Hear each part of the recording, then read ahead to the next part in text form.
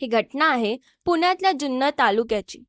कोकण कड्याच्या 1200 फूट खोल दरीत एका 40 वर्षीय तलाठ्याचा आणि एक 20 वर्षीय कॉलेज तरुणीचा मृतदेह सापडला.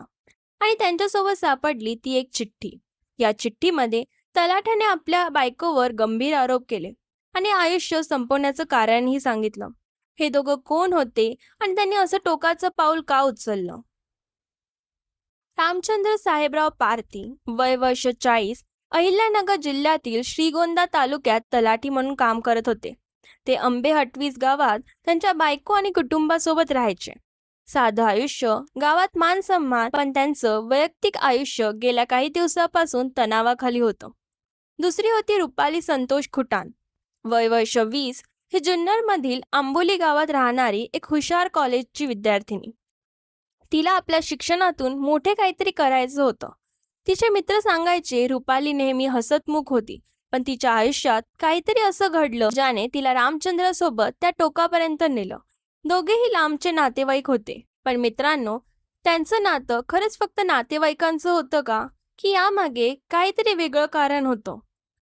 रामचंद्र आणि रुपाली यांचं नातं काय होतं ते अद्याप स्पष्ट झालं नाही, पण गावात काही कुजबूज सुरू होती. रामचंद्राचं लग्न झालं होतं, त्यांना मुलंही होती, पण त्यांचं आणि त्याच्या पत्नीचं नातं फारसं चांगलं नव्हतं. त्यांनी एका चिठ्ठीत लिहिलं होतं की त्याच्या पत्नीचं गावातल्या एका तरुणाशी प्रेमसंबंध होतं आणि ते त्याची सतत बदनामी करायची. त्यामुळे रामचंद्र मानसिक तणावात होता. रुपालीबद्दल फारशी माहिती नाही, पण ती रामचंद्राच्या नात्यातलीच होती. रामचंद्र आणि रुपाली यांचं गायब होणं हेच पहिलं संशयास्पद लक्षण होतं.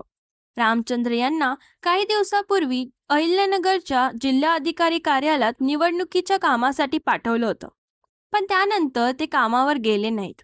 रुपालीही तिच्या कॉलेजला आणि घरी परतली नाही.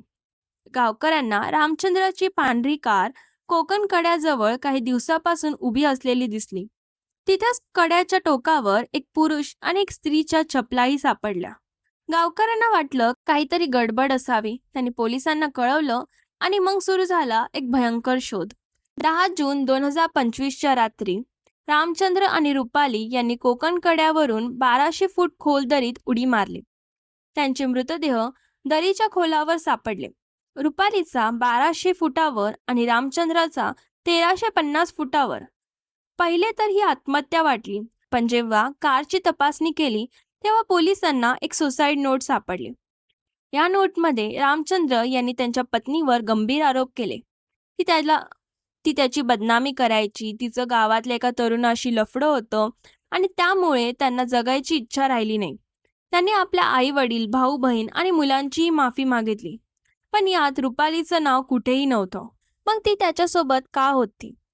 जुन्नर पोलीस आणि शिवजन्मभूमी रेस्क्यू टीमने 22 जूनला शोध मोहीम सुरू केली. दाट धुके, पावसामुळे पहिल्या दिवशी काहीच हाती लागलं नाही. दुसऱ्या दिवशी 23 जूनला रेस्क्यू टीमने कठीण परिस्थितीत 1200 फूट खोल दरीत उतरून दोन्ही मृतदेह बाहेर काढले. पोलिसांना घटनास्थळी सुसाईड नोट सापडली आणि त्यांनी दोन्ही मृतदेह पोस्टमॉर्टमसाठी मेयो हॉस्पिटलला पाठवले. पोस्टमॉर्टम अहवालाने पुष्टी केली की दोघांचा मृत्यू दरीत पडल्याने झाला होता. पोलिसांनी दोन्ही कुटुंबाचे जबाब नोंदवले आणि सुसाईड नोटच्या आधारे तपासाला सुरुवात केली.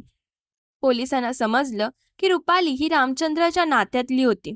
सुसाईड नोटमध्ये रुपालीचं नाव नव्हतं आणि ती का रामचंद्रासोबत होती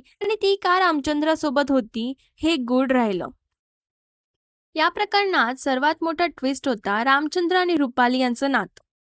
पोलिसांना समजलं की रुपाली ही रामचंद्राच्या नात्यातलीच होती आणि त्यांच्यात जवळचं नातं होतं, पण सुसाईड नोटमध्ये रुपालीचं नाव नव्हतं आणि ती का रामचंद्रासोबत होती हे गूढच राहिलं. काहींचा अंदाज आहे की रामचंद्र त्यांच्या वैयक्तिक आयुष्यातील तणाव आणि रुपालीच्या आयुष्यातील काही अज्ञात कारणांनी त्यांना एकत्र टोकाचं पाऊल उचलायला भाग पाडलं. पोलिसांना असंही वाटलं की यात अनैतिक संबंधाचा कोण असू शकतो, पण याबद्दल ठोस पुरावे नाहीत. रामचंद्र यांनी सुसाईड नोटमध्ये त्यांच्या पत्नीच्या चारित्र्यावर आणि बदनामीवरून तीव्र नाराजी व्यक्त केली. त्यांच्या पत्नीने आणि त्याच्या नातेवाईकांनी त्यांची इतकी बदनामी केली की त्यांना जगण्याची इच्छा राहिली नाही. त्यांनी आपल्या कुटुंबाची माफी मागितली आणि पत्नीला आणि तिच्या नातेवाईकांना कठोर शिक्षा व्हावी असं लिहिलं. पण रुपालीने का हे पाऊल उचललं? ती का रामचंद्रासोबत होती? दोघांनी एकत्र आत्महत्या करण्याचा निर्णय घेतला, पण यामागचं नियोजन आणि त्यांचं खरं नातं अजूनही गूढ आहे.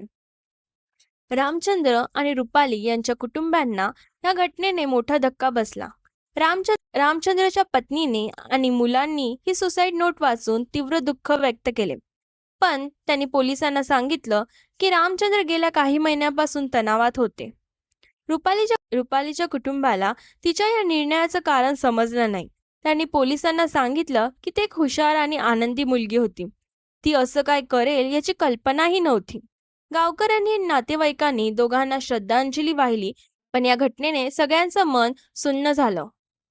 सध्या जुन्नर पोलीस या प्रकरणाचा तपास करत आहे.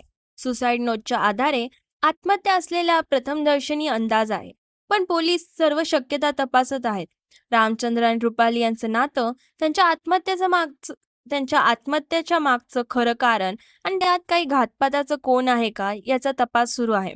या घटनेने जुन्नर आणि श्रीगोंदा परिसरात खळबळ माजली आहे आणि मानसिक आरोग्य आणि कौटुंबिक नात्यांवर चर्चा सुरू झाली आहे. मंडळी, ही कहाणी आपल्याला काय शिकवते? आपल्या जवळच्या लोकांशी मनमोकळेपणे बोला, त्यांचं दुःख समजून घ्या. जर कोणी तणावात दिसलं तर त्यांना आधार द्या. मानसिक आरोग्य हेल्पलाईन किंवा पोलीस हेल्पलाईनवर संपर्क साधा. ही गोष्ट तुम्हाला कशी वाटली खाली कमेंटमध्ये नक्की सांगा. आणि हा व्हिडिओ आवडला असेल तर लाईक आणि सबस्क्राईब करायला विसरू नका. पुन्हा भेटू एका नव्या गोष्टीसोबत.